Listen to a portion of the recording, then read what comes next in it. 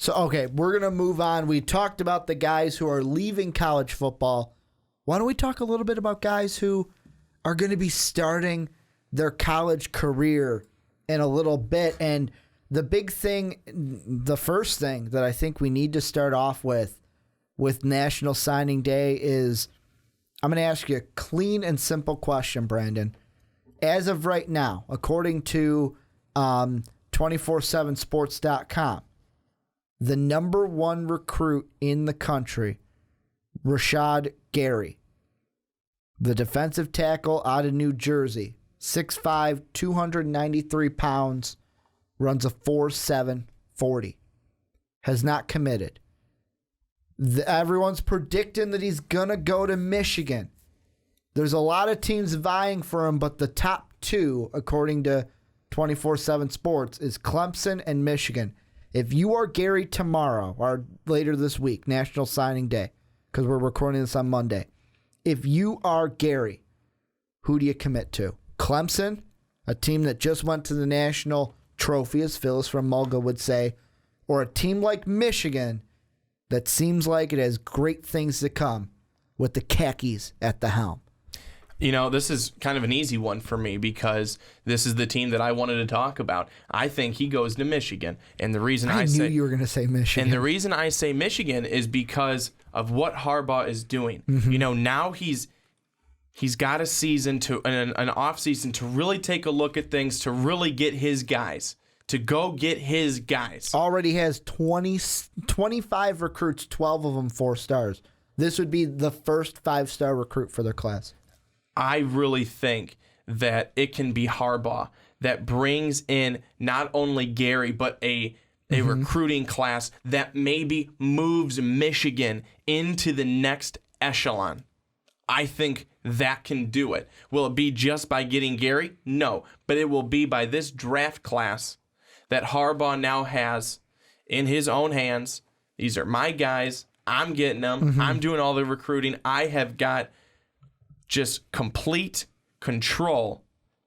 I think that this could be the offseason that moves Michigan, like I said, into the next tier. And we could definitely be seeing them be the next up powerhouse in the Big Ten. See, if I'm Dabo Swinney right now, I'm feeling the pressure a little bit. And the reason why I'm feeling, you may be saying, but Ricky, why? He just went to the national title.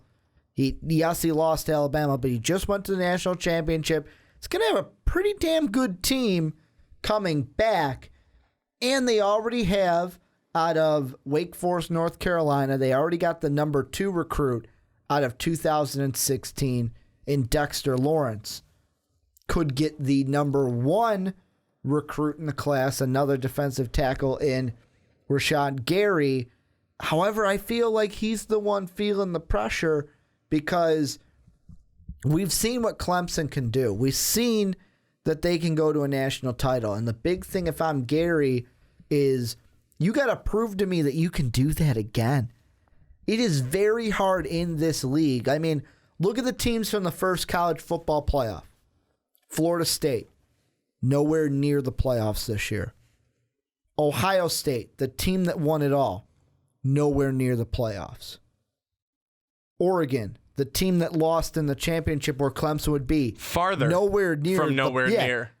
Not even near. Like, if we're in the ballpark, they're like all the way across the country. That's where Oregon was.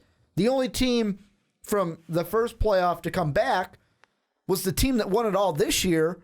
And that's a team coached by Nick Saban. So that's a little asterisk next to that because, let's be honest, Alabama's they're in a category all by themselves.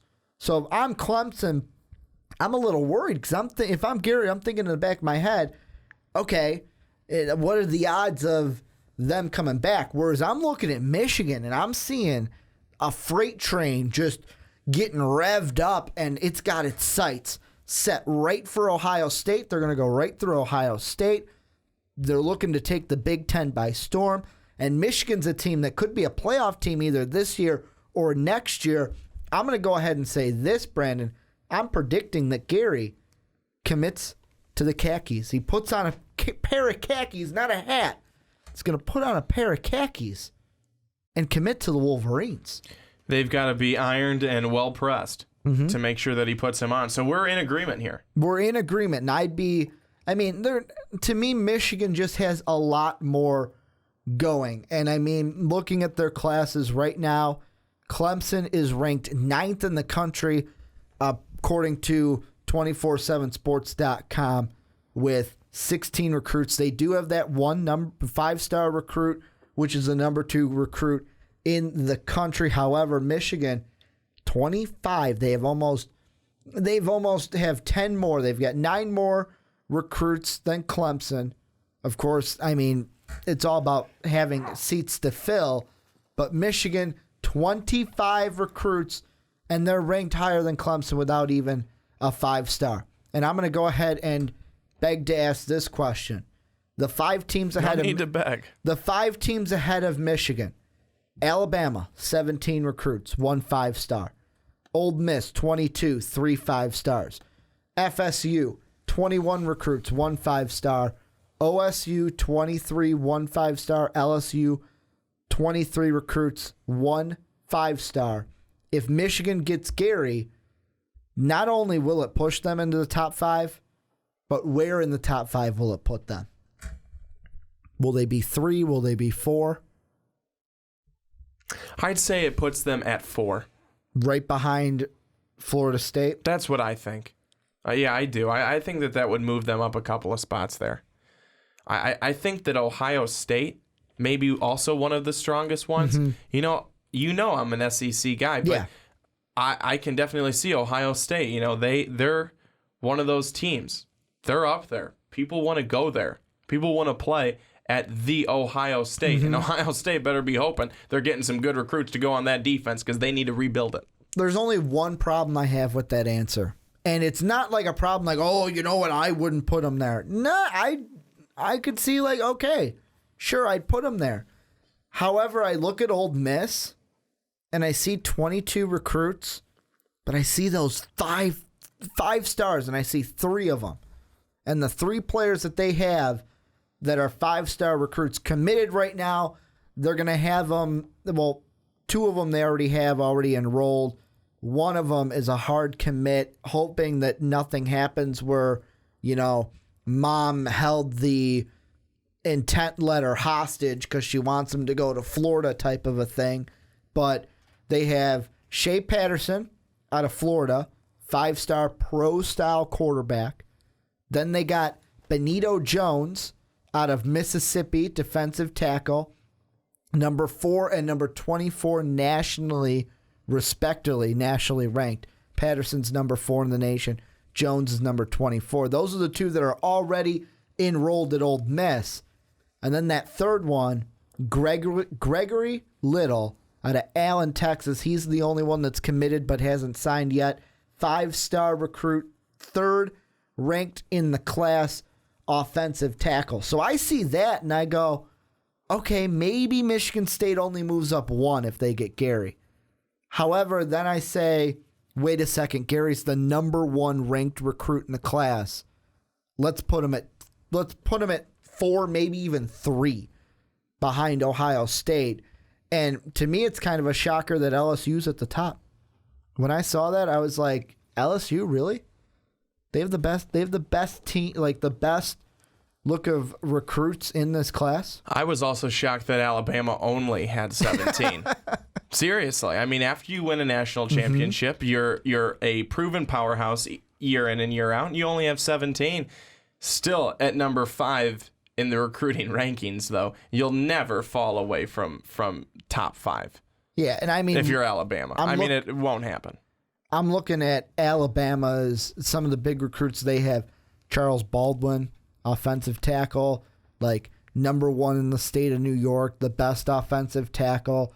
They also have the 3rd best dual threat quarterback in Jalen Hurts that's going to be coming to them. They have the 10th best offensive guard, the 2nd best running back in B.J. Emmons. And I'm going to say this, B.J.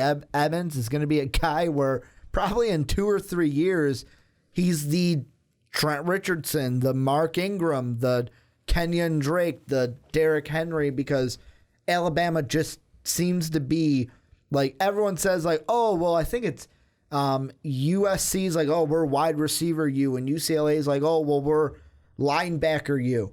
Alabama's running back U.